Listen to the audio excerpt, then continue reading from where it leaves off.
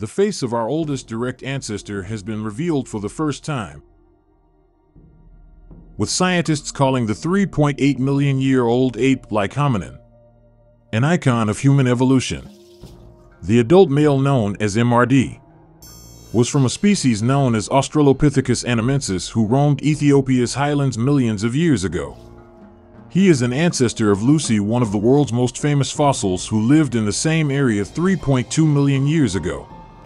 The Australopithecus anamensis species is even older than the famed Lucy, a member of a related species known as Australopithecus afarensis. The two early human species co-existed for 100,000 years. The earlier group, which MRD comes from, is the oldest known species that is unambiguously part of the human evolutionary tree. The species was previously only known through teeth and jaw fragments, which all dated to between 2.4 and 3.9 million years ago, discovered in Kenya and Ethiopia. However, until now, what these ancient humans looked like was a mystery.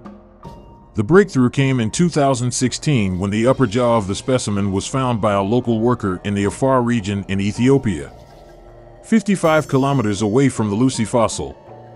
Later, the rest of the skull was found. MRD has a mix of primitive and derived facial and cranial features that was surprising. Anamensis was already a species that we knew quite a bit about, but this is the first cranium of the species ever discovered. It is good to finally be able to put a face to the name. The skull was discovered in the Woranso Mill area of Ethiopia, where many hominin bones have been unearthed.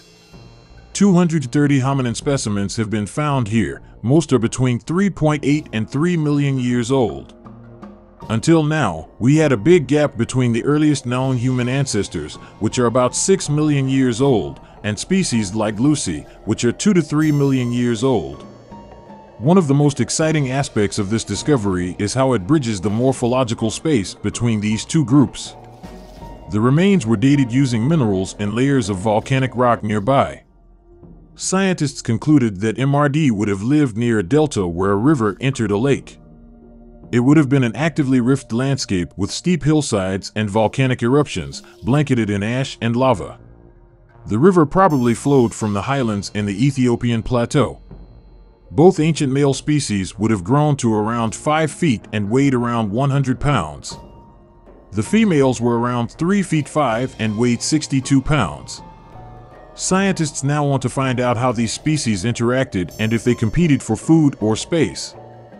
Researchers have published 2 papers on their findings, the first on the structure of the cranium and the second on the age and context in which MRD lived. Both papers are published in the journal Nature.